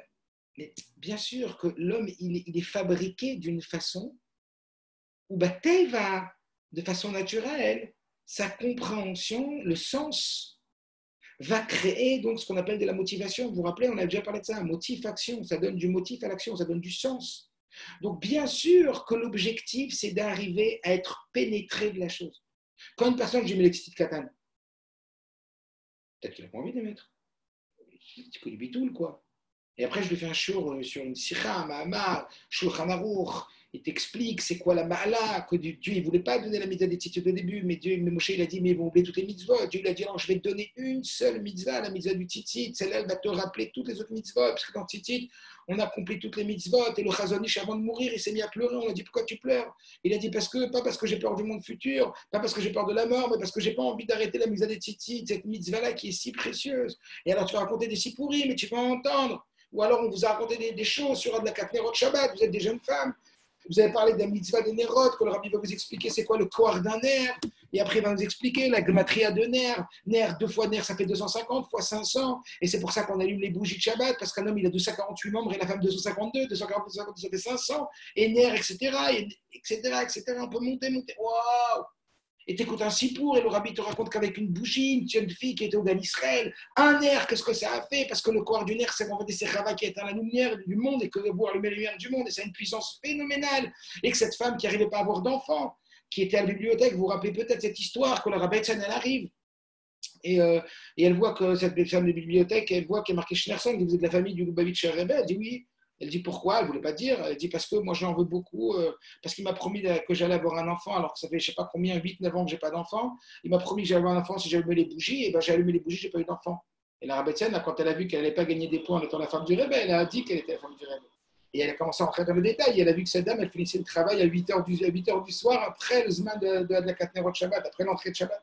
Donc elle lui a dit allumer les bougies avant l'entrée de Shabbat. Et quand elle allumait un an après, elle lui a appelé en disant qu'elle a eu un enfant. Waouh! Quand tu prends conscience, quand tu comprends les répercussions, quand tu sais ce que ça a, tu adhères. Tu adhères de façon, comme dit, non seulement comme vous l'avez dit, c'est un kiff, mais c'est toi, c'est toi-même, c'est toi qui le veux. Donc c'est beau, c'est-à-dire c'est métiage, ça rentre beaucoup plus des pnimiout, ça rentre beaucoup plus à l'intérieur, ça pénètre beaucoup plus, ça crée une adhésion avec son effet Shabbat, avec son moi. Donc voilà pourquoi on nous dit bien sûr que la compréhension est nécessaire. Et je vous dis dans une sikha, cette sikha dont je vous parle, le rabbi dit, excusez-moi, je change d'ordinateur, le rabbi, il parle et il dit, on n'a jamais dit que du naasé, on n'a jamais dit que de la soumission. D'ailleurs, il y a une Igret Kodesh que je me rappelle, où le rabbi dit, la soumission, c'est comme les fondations d'une maison. Et la compréhension, c'est comme la maison entière. Qui habite dans des fondations? Personne. Personne n'habite dans des fondations, on habite tous dans une maison avec un décor, avec des bibelots, avec des couleurs, avec des murs, avec des lumières. Le rabbi dit que ce n'est pas possible de rester à vivre dans des fondations. On ne peut pas rester qu'avec du bitoul, on ne peut pas rester qu'avec de la soumission. On ne tient pas qu'avec la soumission. Donc le ridouche, ce n'est pas de vivre toute sa vie dans la rasra de la soumission. On est obligé, bitoul, kabbalatol, ok c'est pour mon bien, c'est comme le médecin. Ben oui, je me dis que si le médecin, j'accepte qu'il connaît mieux mon corps que moi-même, parce que si tu prends les médicaments et que tu écoutes le médecin, c'est pourquoi? Parce que tu te dis que le médecin, il connaît mieux ton corps que toi-même. D'accord? C'est en évidence. Donc si déjà un médecin, il connaît mieux ton corps que toi-même, tu crois que ton créateur, il ne te connaît pas mieux que toi-même? C'est évident que ton créateur, il te connaît mieux que toi-même. Donc même si toi, tu crois que c'est pas bien pour toi, en vrai, c'est bien pour toi. Parce que le médecin, des fois, il te prend des trucs, et après, tu commences le médicament, tu as plus de température. Je n'ai pas compris, ça te fait bien? Tu rentres à l'école pour réussir, pour être épanoui, tu réussis, tu vois que c'est une guerre, c'est du travail, c'est phénoménal, ça t'épuise, c'est pas mon bien ça. Pas... Maintenant, ça te nécessite des efforts, mais à long terme. Alors bien sûr, le Rabbi dit, on ne peut pas vivre dans les fondations toute notre vie. Il est nécessaire de vivre dans la soumission, puis dans la compréhension. Igdimouna, c'est l'ishma. Rabbi dit, n'oubliez pas le nishma après. N'oubliez pas que le but, c'est l'ishma. Et le Mamarim, le Rabbi explique que le Baal et Tshuva, c'est une kafia et le tzaddik, c'est itapra. Et qu'en vérité, à contrario de ce qu'on peut croire, que le tzaddik, le Baal Tshuva, c'est très très haut, c'est le niveau de la Tshuva qui ne descend pas, alors que le tzaddik, c'est lui qui descend. Pourquoi? Parce qu'en vérité, le tzaddik, il représente ce inyan de Ityashvut. Que le Baal Tshuva, il est illuminé, il est enflammé, alors que le tzaddik, lui, il descend dans l'équilibre des plumiout. C'est pour ça qu'il fait itapra, c'est pour ça qu'il transforme la personne. C'est qui nous transforme? C'est la compréhension plus que la soumission. Il n'empêche que ça commence par la soumission. Il n'empêche que le grand chidouche de la Torah, c'est Igdimoun, c'est l'Inishma. Comprends. Et c'est pour ça que le Père Kamel du Tanya, il commence par le Inyan de Kabbalatol. Et après, par la compréhension, par l'amour. D'abord la soumission, après l'amour. D'abord la soumission et après la compréhension. Si vous deviez retenir un mot pour l'instant de ce qu'on a dit, c'est d'abord soumission et après compréhension. Mais maintenant, ce que j'espère vous avoir changé ou avoir renforcé, c'est l'idée que la soumission, ce n'est pas du tout quelque chose de négatif. C'est au contraire peut-être la chose la plus positive à tous les niveaux. Ce que vous comprenez, c'est extraordinaire la soumission. Quand tu la perçois comme un moyen d'évoluer et de grandir. Dieu ne veut pas nous écraser, Dieu ne nous a pas créés pour nous détruire, Dieu nous a créés pour nous construire seulement comme une graine, comme le Rabbi explique, pourquoi on appelle Adam et Tzasadé. Parce que comme une graine, quand elle rentre dans la terre, elle doit d'abord pourrir pour pouvoir ensuite profiter des sels minéraux de la terre et devenir un arbre. C'est pareil. C'est les gens qui sont soumis qui sont les plus grands. Soumets-toi au capitaine et tu deviendras un capitaine, Rachidi. Attache-toi au rêve et attache-toi aux enseignements du tzaddik. Et tu vas t'attacher au tzaddik. Alors tu vas peut-être pas devenir un tzaddik, mais tu vas devenir un bénoni. Parce que jamais tu n'aurais pu devenir sans ça. La soumission, c'est le secret de l'évolution. La soumission, c'est le secret de grandir. Maintenant, on ne peut pas vivre que dans la soumission. Je dis cette lettre de Kodesh, ça m'avait choqué. Le Rabbi dit, on ne peut pas vivre dans des fondations. Mais pourtant, qu'est-ce qui est le plus important dans une maison? C'est les fondations. Imaginez, vous construisez un immeuble de 4 étages et les fondations, elles sont fragiles. Qu'est-ce qui va se passer? La maison va s'effondrer. Alors c'est très beau, c'est bien beau, tu as mis des lustres, tu as mis des meubles, tu as mis des choses magnifiques, ça brille partout, tu as mis des LED super belles, la maison elle brille, imaginez une maison fabuleuse, la maison de vos rêves. Mais les fondations elles sont fragiles. C'est une catastrophe, on ne rigole pas. Hein, pour les fondations, on appelle un architecte. Oui, il y a des matériaux, mais ils coûtent très cher. Oh, il n'est pas moins cher. Avec les fondations, on ne rigole pas. Vous plaisantez. Ça, c'est la soumission. Alors qu'un homme, il ne fonctionne pas comme ça. Un homme, il fonctionne, je fais si je comprends. Mais tu n'as pas compris comment tu t'auto-limites en vérité? T'imagines, tu ferais ça avec ton médecin?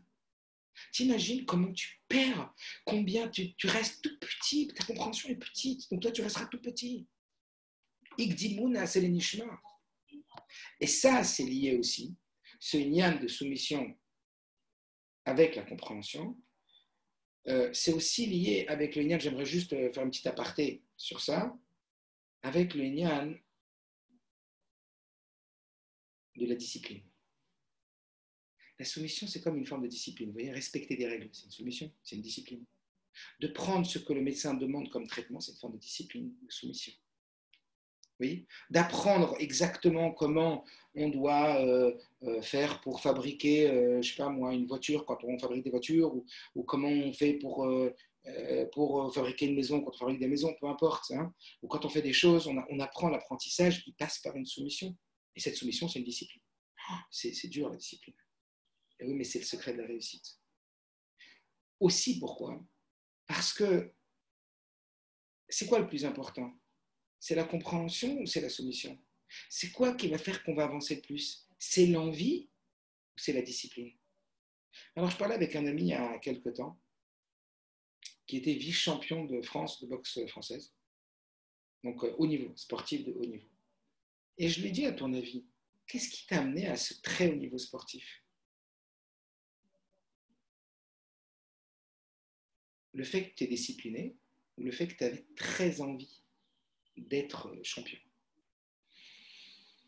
Il m'a dit, je vais dire la vérité. Bien sûr que l'envie, elle porte. Et bien sûr qu'il faut avoir envie. Vous avez parlé de kiff. Bien sûr qu'il faut du kiff. Et le kiff est dans la compréhension. Et le kiff est dans l'adhésion. Il m'a dit seulement, écoute bien, ça m'a beaucoup touché ce mot. Il m'a dit, l'envie, elle fait des vagues. Des fois, tu as envie. Des fois, tu n'as pas envie. Des fois, tu as envie de te lever le matin. Des fois, tu n'as pas envie. Des fois, tu as envie de te battre, faire ta trambam, appeler des gens pour rajouter dans la Torah les mitzvot. Tu as envie de faire attention grave à la tzniut. Tu as envie de faire attention. Tu as envie de rajouter dans votre... Tu es chaud. Il y a des moments où on est plus chaud. Des moments où on est moins chaud. Il m'a dit l'envie, c'est des vagues. Il y a des vagues d'envie. Et qu'est-ce qui nous permet d'atteindre le niveau du champion qui est en nous, le meilleur de nous-mêmes? C'est l'autodiscipline. L'autodiscipline. Il m'a dit quand j'ai pas envie de me lever le matin et que j'étais en entraînement, ou que j'étais fatigué, ou que j'avais envie de faire un écart et de manger des choses qu'il ne fallait pas que je mange pour mon équilibre et pour mon poids, qu'il ne fallait pas que je boive tel alcool parce que ça allait être nocif, que je dois me coucher à telle heure. Il dit c'est dur. Seulement, qu'est-ce qui me permettait d'avoir de la constance? Et ce qui m'a donc permis d'atteindre ce haut niveau, je dirais que c'est plus mon autodiscipline que mon envie. Donc sachez que votre autodiscipline, elle vous amènera plus haut que votre envie. Ça ne veut pas dire qu'il ne faut pas d'envie. Bien sûr qu'avoir de l'envie, donner du sens à ce que l'on fait, c'est fondamental. Bien sûr que je dois donner du sens à ce que je fais. Bien sûr que plus je donne de sens à ce que je fais, plus ça me motive à le faire. Il y a des choses que je n'ai pas envie de faire et quand je réfléchis, je dis, essaie de donner du sens à ce que tu fais, essaie de donner de l'importance à ce que tu fais. Et bien, en se motivant, on avait dit motivation, motif, action, on rajoute du motif à l'action, on rajoute du sens à notre action. Bien évidemment que ça nous chauffe et que ça nous donne envie de faire plus. Et justement, la motivation est faite quand on n'est pas motivé. Mais il y a plus fort que la motivation. Il y a ce qu'on appelle l'autodiscipline. J'ai décidé quelque chose, je veux y arriver. Eh bien, cette force, cette hargne, cette gvoura, vous voyez, comme si la motivation elle venait du chesed, elle venait du kava chesed, du kava ahava, alors que la discipline, elle vient du kava gvoura, elle vient du tzimtzum, de l'autorité, de la rigueur. Est-ce que vous voyez? On en a besoin des deux. Et c'est ce qu'il t'a comme Aleph. Commence par la discipline. L'autodiscipline, c'est ce qui va te permettre d'arriver à faire tout ce que tu as envie de faire. Bien sûr qu'il faut vivre dans la hava, bien sûr que le but c'est la hava, bien sûr que le but c'est le kavach chesed, bien sûr, n'oubliez pas, Elet Toldot Yitzhak ben Avram, Avram était Yitzhak. D'où vient Yitzhak? Il vient de Avram. Yitzhak c'est la gvura, Avram c'est le chesed. D'où vient la gvura? Du chesed. Ça veut dire n'oublie jamais que cette discipline-là, elle est là pour nourrir ton projet, elle est là pour nourrir ton bonheur, elle est là pour nourrir ton épanouissement. Le chesed c'est l'épanouissement. Donc, Elet Toldot Yitzhak ben Avram, Avram Yitzhak. N'oublie pas que Yitzhak vient de Avram, Avram engendre Yitzhak. Ça veut dire que ton autodiscipline, elle doit venir de cette envie, elle doit venir de cette décision plutôt. Mais ce n'est pas l'envie qui doit amener l'autodiscipline. Ça veut dire que tu as une décision, tu as décidé quelque chose. La force, elle va être maintenant, qu'est-ce qui va faire que ça va tenir? J'ai décidé que j'ai envie de faire, je ne sais pas quoi. J'ai tel et tel projet. Qu'est-ce qui va faire que le projet il va marcher? Et bien plus si tu es autodiscipliné que si tu as envie. Bien sûr que si tu n'as pas d'envie, alors ça va être très très difficile. Mais évidemment, si tu as un projet au début, c'est que tu as envie. Mais les gens, vous avez vu, ils ont envie de plein de choses. Ils commencent mais ils finissent jamais. Ça, on les trouve souvent, même nous. Combien de choses on fait quand on était, oh là là, on était motivés, on avait décidé. Demain, on se déchauffe. Ça y est, demain, il fait gris, demain, on s'est disputé avec quelqu'un, avec une copine, on n'a pas de morale, on a moins le moral, ou il y a une contrariété, c'est fini. Plus personne. Comment je de choses et combien j'en finis? Qu'est-ce qui permet de finir la chose et de réussir et d'être fier de soi après, d'avoir réussi à atteindre le défi? Lui, il m'a dit, c'est plus dans l'autodiscipline que dans l'envie. Ça, ok. Donc, tout ça pour dire, Igdimu Naaseh Lenishma. Je vais aller vite, il y aura encore quelques minutes. Igdimu Naaseh Lenishma. Ça veut dire d'abord introduire le Naaseh avant le Nishma. Et c'est ça le Ridouche de Matan Torah. Comprenez? Le Ridouche de Matan Torah, c'est Igdimu Naaseh Lenishma. C'est-à-dire d'abord, je me soumets. Je place la soumission sur le podium au number one. Je mets le nishma, la compréhension, l'adhésion en number two. Et ça va me permettre d'aller très très haut. Igdimu, c'est le nishma. D'abord, place ton assez. D'abord, passe ta soumission. Et ça, c'est le grand ridouche des anges, qui ont dit, mais d'où les hommes, ils suivent toujours leur compréhension. Voilà que le peuple d'Israël, il a hérité de ce niveau-là. Ce que la Gemara nous apprend. Quand toi, tu vas réussir à faire une Dimouna Nishma, c'est là que tu vas te mettre à la Torah. C'est là que tu vas profiter pleinement de la Torah. Alors la question, elle est pourquoi Moshe Rabbeinu, rappelez-vous, pourquoi Kadosh Baruch Hu, il a retourné la montagne sur leur tête si déjà ils avaient cette autodiscipline. Parce qu'en vrai, qu'est-ce qu'on est en train de dire Ikdimouna Nishma, ce qu'ils ont dit, on sera autodiscipliné avant d'avoir envie. On aura la soumission avant la compréhension. Parce que Dieu il a besoin alors de leur rajouter un poids d'autorité, de discipline. Alors en fait, je vais vous donner deux petites réponses. La réponse du Maral de Prague et la réponse du Baal Shem Tov. La réponse du Maral, elle est un peu spéciale et c'est très fort.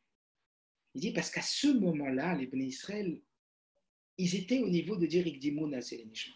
Ils étaient au niveau de dire on se soumet et après on comprend. On accepte quoi qu'il arrive. Tout oui. On se soumet et après on comprendra.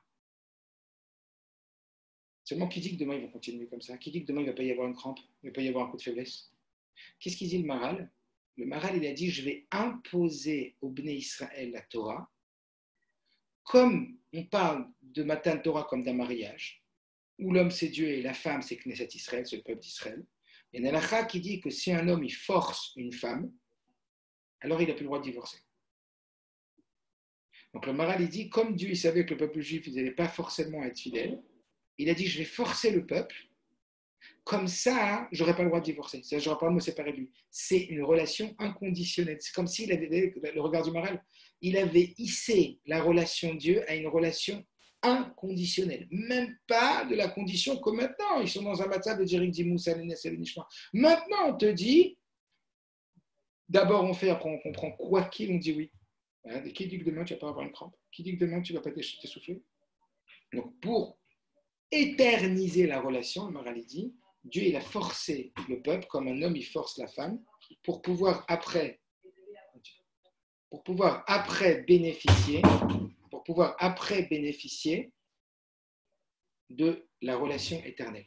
Et c'est un peu le même système que l'alliance. Quand on parle d'alliance entre deux peuples ou entre un homme et une femme. À la base, on va dire que pourquoi il y a une alliance. Rabbi explique bien ça. C'est quoi les liens de l'alliance? Pourquoi deux pays font une alliance? Pourquoi un homme et une femme ils font une alliance? C'est quoi la kavana de l'alliance? C'est quoi la kavana? C'est que maintenant ils s'aiment très fort. Mais qui dit que demain ils vont continuer à s'aimer? Maintenant, ces deux pays ils s'apprécient beaucoup et ils ont ce qu'on appelle des intérêts convergents. Ça veut dire qu'ils ont des intérêts communs. Mais demain, ils ont des intérêts divergents. Alors ils veulent pérenniser la relation. Ça veut dire qu'ils veulent garantir que la relation elle va rester tout le temps. Donc maintenant qu'on s'aime beaucoup, viens on fait une alliance. Comme ça, même quand on sera fâché, on restera toujours OK pour la vie.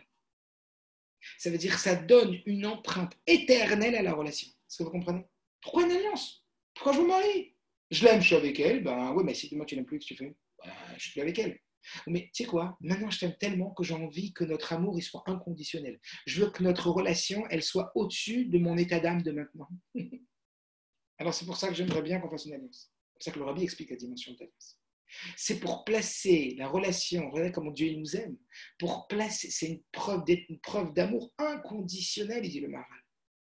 Que Dieu nous aime tellement qu'il a dit, même si vous êtes OK, même si vous êtes banco, pour être toujours avec moi, moi je vous le dis, quoi qu'il arrive, je serai avec vous. Ça, c'est l'explication du Maral. L'explication du Baal Shem Tov, c'est de dire quelque chose un peu différent. Il dit en vérité, pourquoi Dieu nous a mis la pression, pourquoi Dieu a mis la montagne au-dessus de notre tête? Il a dit, c'est parce qu'en vérité, il voulait nous donner un mad tokef. Il voulait nous donner plus de force. Qui savait qu'il y a un moment, comme on a dit, où on pourrait être plus faible. Et que cet élan qu'on avait pour Dieu, même s'il y avait de l'autodiscipline, elle risquait de faillir, elle risquait de faiblir.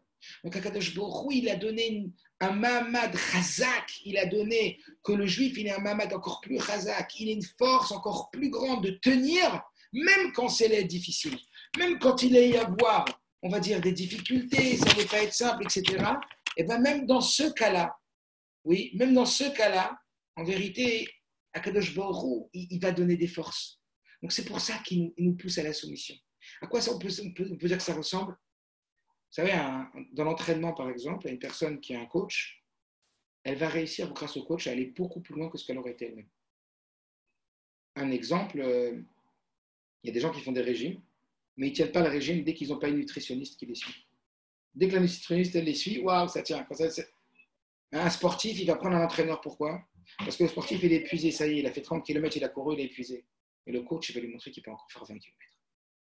Et quand il a envie de s'arrêter parce qu'il a un coup de blues ou qu'il a un coup de fatigue, il va dire lâche pas. Comme on dit, il va être sur sa tête. Et pour le bien, les ma'aliuta. D'où le rabbi qui demande d'avoir un mashpia ou une mashpia. C'est fondamental. Le rabbi demande ça d'une façon de chiyuv. Plusieurs fois, il a dit qu'il faut avoir un mashpia, en l'occurrence un coach. Quelqu'un qui va être mashpia, quelqu'un qui va aller voir chez toi. Est-ce que tu n'es pas en train de te laisser aller par rapport à ce que toi, tu pourrais devenir? Et donc, ça, c'est la notion que Kipalem Karkigigit. En plus que, comme vous savez, si vous avez déjà vu la Gemara, dans Tosfot, il dit que le fait que Dieu il a tourné la montagne au-dessus de leur tête, ce n'était pas en vérité une pression négative, c'est une pression positive. C'était qu'il leur avait montré tellement de miracles qu'ils n'avaient plus le choix d'accepter. Parce que quand est-ce que tu acceptes, toi? Ou quand on te met un pistolet devant la tête, on dit on va te tuer si tu ne le fais pas, ou on te met une batte, on va te frapper si tu ne le fais pas. Ou alors on te montre tellement de miracles que par l'influence positive, l'influence des miracles, il n'y a plus le choix de faire tchouva. Et c'est de ça qu'il est question ici. Ce n'était pas une pression négative, c'était une pression agréable, une pression positive. La personne dit si je vois des miracles, je suis obligé de faire tchouva. C'était ça. Ils ont eu tellement de miracles de faire tchouva. C'est ça qui est pas l'impliqué. Mais en l'occurrence, comme c'est le rabbi d'aujourd'hui, dans notre génération, que le mashpia, il ne doit pas être un bal moussard, quelqu'un qui va te faire la morale, qui va te critiquer. Au contraire, c'est quelqu'un qui va développer ton potentiel, qui va te montrer là où ça ne va pas, qui va te dire là où ça ne va pas, mais essentiellement qui va te montrer ton potentiel, qui va te montrer qu'en vérité tu es capable et qui va pousser ton potentiel. Ça, c'est la Nekuda de Kipalem. Alors je finirai avec ce point de vous dire, donc, puisque la question c'était si on est en train de nous demander de faire ce qu'on n'aime pas ou pas forcément ce qu'on aime, et qu'en vérité, où il est le choix, qu'est-ce qui reste, le libre arbitre, si vraiment Dieu il est sur nous dans chaque chose, etc. Alors, dans le plan, on a défini ce que c'était que la Préachopshit, on a défini ce que c'était que le libre arbitre, bien clairement. Et on a dit qu'en vérité, le libre arbitre, c'est quoi? C'est la capacité d'utiliser son potentiel maximum. Pas tout son potentiel, mais son potentiel maximum. Le haut de la montagne, le pic de la montagne. Ensuite, on a expliqué quelle était la vertu qui nous avait permis de recevoir la Torah. C'est Ikdimun Asel Nishma. Donc, c'est tout ce qui nous permet en vérité d'atteindre notre potentiel maximum. La soumission nous permet d'atteindre un potentiel encore plus grand que la compréhension. Seulement, la compréhension, elle a une qualité qu'il n'y a pas dans la soumission, c'est l'adhésion profonde. Donc, il faut de la, comme on appelle ça une recette, il faut de la soumission et il faut de la compréhension. Seulement, il faut les mettre dans le bon ordre. Il faut que la soumission, elle soit avant la compréhension. Et quand la soumission, elle est avant la compréhension, alors c'est là que les bénéficiaires sont désorés de recevoir la Torah. Cette dimension-là de pouvoir bénéficier de tous les avantages, toute la force que Dieu lui donne. De faire rentrer, comme on l'a dit, c'était quoi la liberté du juif? C'est de faire rentrer l'infini dans l'infini. Que chaque acte qu'on fait, on ne réalise pas. Mais on est en train de les transporter dans une dimension éternelle. Triatametim, la résurrection des morts. Cette Triatametim, c'est nous. Et c'est quoi nous? C'est tout ce qu'on a fait aujourd'hui de façon temporelle, ça va devenir intemporel. L'effet papillon. Je ne sais pas si vous réalisez. C'est quelque chose d'incroyable. Maintenant, un écoudage, je crois que j'avais déjà raconté cette histoire qu'une personne a dit mais c'est dur. Mais le rabbi dit c'est dur parce que tu ne bois pas comme des lingots d'or. Imagine, tu as un sac et on te met un lingot plus un lingot et un lingot d'or. Et à la fin, on te dit, oh là là, t'es fatigué, peut-être j'arrête. Mais non, rajoute, tu es peut-être fatigué, mais je m'en fiche, j'ai des lingots d'or. Le rabbi dit, le problème, c'est que c'est pas lourd, c'est pas que c'est dur, c'est qu'on ne voit pas les mitzvot comme des lingots d'or. Quand on est conscient que les mitzvot, c'est des lingots d'or, alors on en veut encore et encore. Et ça peut faire fatiguer. Comme le rabbi dit, les diamants, on les compte, on ne se fatigue pas parce qu'on voit des diamants. Pareil ici, quand tu vois les mitzvot, comme tu es conscient et tu travailles ta conscience, c'est pas évident parce qu'on ne les voit pas comme ça. Sur Terre, on ne voit pas les mitzvot comme ça. Mais la chassidoute, la Torah, elle est là pour nous amener cette conscience, cette vision, cet œil de bœuf qui nous ramène le Emet. Et tout ça pour nous dire que Ratsa, Kadosh Baruch Hu, les Akotet Israël, Dieu il a donné du mérite au Bnei Israël. C'est pour ça qu'il a rajouté tellement de mitzvot. Je crois que je vais déjà raconter cette histoire de cet ami et des deux copains qui étaient de classe et un qui avait plus de travail et puis il est parti voir son copain. Puis il a dit à son copain, tu sais, j'ai plus de parnassa, ma femme elle m'a dit que ça ne peut plus durer, etc. Et j'ai pas où manger, j'ai plus rien de quoi payer le loyer. Il m'a dit, mais quoi? Mais moi, tu sais, mon usine, viens travailler chez moi. Je crois que je l'ai déjà raconté. Tu viens travailler chez moi. Mais en vérité, j'ai un poste qui est vacant. Mais ce n'est pas vrai, il n'avait aucun poste. Mais il va lui créer un poste. Et il va le payer. Et au bout d'un mois, il va lui dire alors comment ça se passe. Il va dire ça va, grâce à Dieu, je touche 1500 euros par mois, mais c'est évidemment pas suffisant. Alors lui, pour lui rajouter du salaire, il va dire dis-moi, à midi, qu'est-ce que tu fais toi? Il dit à midi, j'attends que ça se passe l'heure parce que j'ai pas de quoi acheter à manger au restaurant. Il dit justement, moi, le coursier, il arrive toujours et la nourriture, elle est froide. Donc je t'en supplie, va me chercher toi à manger. En même temps, tu te prends à manger. En même temps, tu me prends à manger. Ça sera chaud et en plus, je te payerai en heure sup. En fait, c'était que pour le payer en heure sup, vous avez compris? Et il fait pareil avec les heures sup le soir. En vérité, il n'a pas besoin de lui, mais il crée du travail pour lui donner un salaire supplémentaire. Jusqu'à ce qu'il arrive le mois d'août. Il dit, au mois d'août, tu pars en vacances? Il dit, non, je ne pars pas, je gagne 3500 euros par mois maintenant, mais je n'ai pas encore de quoi partir en vacances. Il dit, justement, j'ai besoin de toi dans mon usine en Tunisie. Juste, tu ouvres le matin à 9h et tu la fermes à 17h. Tu es d'accord? Évidemment, je te paye les voyages avec ta femme et tes enfants. Lui, il appelle sa femme, ça dit, c'est une embellie, ça ne va pas, on y va. Et voilà qu'il y va. Et donc, tout le mois d'août, il est en Tunisie, tout va bien, ou je ne sais pas où, imaginez où.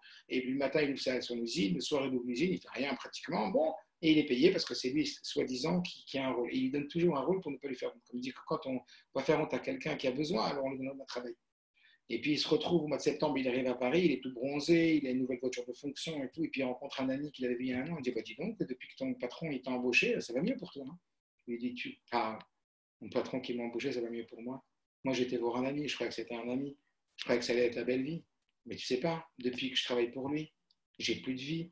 Je commence plus tôt le matin, je finis plus tard le soir, même à midi, je lui livre à manger. Même au mois d'août, j'ai travaillé pour lui. Une espèce de fou. Tu n'as pas compris qu'il fait tout ça pour toi? C'est pareil à Kadosh Baruch. Dans chaque chose, il nous rentre un sera. Dans chaque chose, il a voulu en faire une mitzvah. Chaque chose que l'on touche, il a voulu nous le rendre une mitzvah, que ça devient éternel. Et nous, on grogne parce qu'on voit les choses du bas vers le haut. On ne voit pas les choses du haut vers le bas. Du bas vers le haut, on a l'impression qu'il nous épuise, le bon Dieu. Du haut vers le bas, il veut nous donner du srout. Et nous, on ne voit rien. C'est fou. Alors oui, pour finir et finir.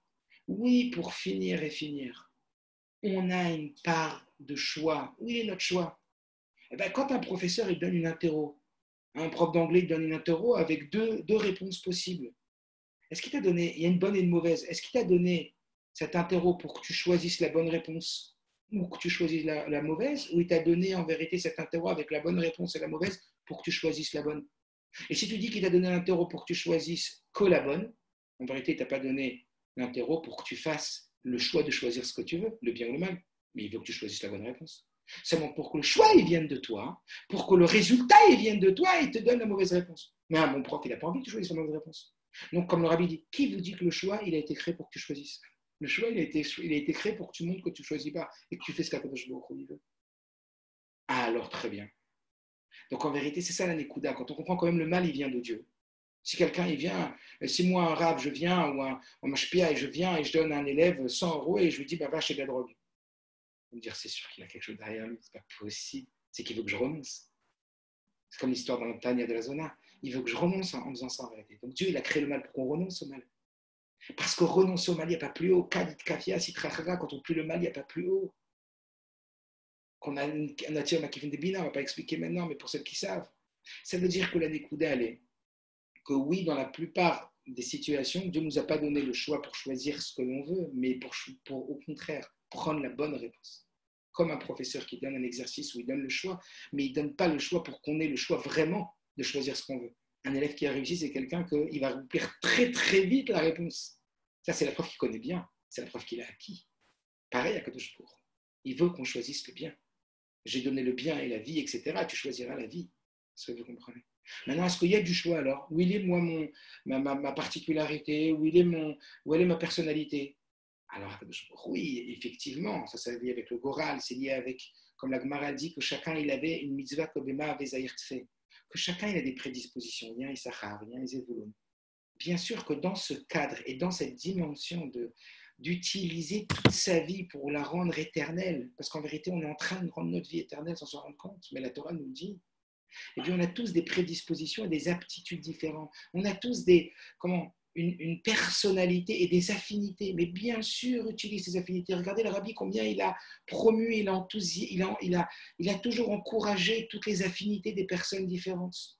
Mais utilise cette affinité, utilise ton esprit critique, utilise tes aptitudes, utilise ton développement personnel dans le cadre des règles de la Torah, parce que c'est eux qui t'amènent à la véritable liberté. Ne sors jamais de ces règles de la Torah en croyant que grâce à ça, tu vas être épanoui et libre. Quand tu sens que tu vas être épanoui et libre et tu sors de la Torah, c'est qu'en vérité, c'est une stratégie, un stratagème de celui qui veut te nuire et t'enlever ta liberté pour te faire croire que tu vas devenir libre. C'est comme un juif qui dirait, moi je veux l'esprit critique, je veux, comme on l'a dit tout à l'heure, pour un individu, c'est quoi la liberté?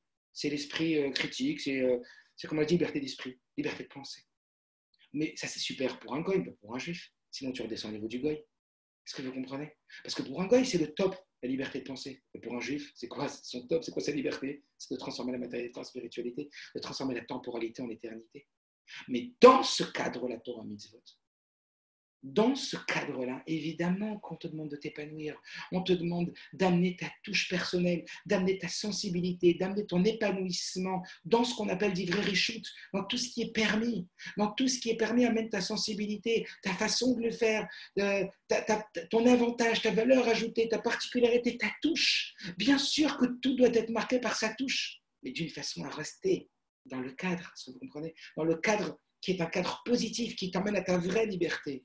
Et c'est en cela que, oui, le Rabbi, il a toujours promu, il a toujours développé, encouragé, encore une fois, à être patrou, t'as été fait par Dieu. Donc, tu as été fait pour t'optimiser dans la dimension de l'éternité. On ne veut pas que tu réussisses que sur Terre, on veut que tu réussisses pour le monde futur. Et dans ce monde et dans le monde futur, rappelez-vous, je finirai cette petite histoire que peut-être j'ai déjà racontée et que vous connaissez certainement, mais cet homme qui s'appelait Lehman Brothers, qui avait fondé des banques en Angleterre. Juste avant de mourir, son père, il a dit à ses enfants, je vous allez ouvrir 2 lettres, une le jour de ma mort et une 30 jours après. Et le jour de la mort, ils ont ouvert la lettre et qu'est-ce qu'il y avait écrit? Mes enfants, je vous en supplie, enterrez-moi avec une paire de chaussettes. Et puis quand ils ont vu ça, ils ont demandé à la Chevra Kadisha. La Chevra Kadisha lui a dit bien sûr que c'est hors de question, on n'enterre pas avec la paire de chaussettes. Parce que Minafarba, la Fartachou, il n'est pas arrivé avec des petites chaussettes, des petites soquettes bleues, donc il partira comme il est venu. Il est venu de la terre, il partira à la terre. Ils étaient un peu tristes, mais ils se sont dit qu'ils ne savaient pas ce qui était passé dans la tête de papa, pourquoi il avait ce besoin, alors qu'après, on n'a plus besoin de ça. Et 30 jours après, quand ils ont ouvert la deuxième lettre, comme c'était écrit, le père, il leur disait, voilà, je voulais vous donner un dernier enseignement, même après mon départ de ce monde, avec une leçon avec laquelle vous allez vivre. On a beau s'appeler Lerman, c'est-à-dire qu'il avait des biens immobiliers, il avait des banques énormes. Il a dit, on a beau s'appeler Lerman, mais quand on quitte ce monde, alors même une paire de chaussettes, on n'apprend pas avec nous, même quand on s'appelle Lerman. C'est-à-dire qu'il ne faut pas oublier c'est quoi l'essentiel et c'est quoi le secondaire. Et dans cette dimension-là, savoir que nous, on est des fabricants de l'éternité. Et quand on prend conscience de ça, alors la liberté, elle prend un autre sens. Alors on voit les choses avec un autre œil.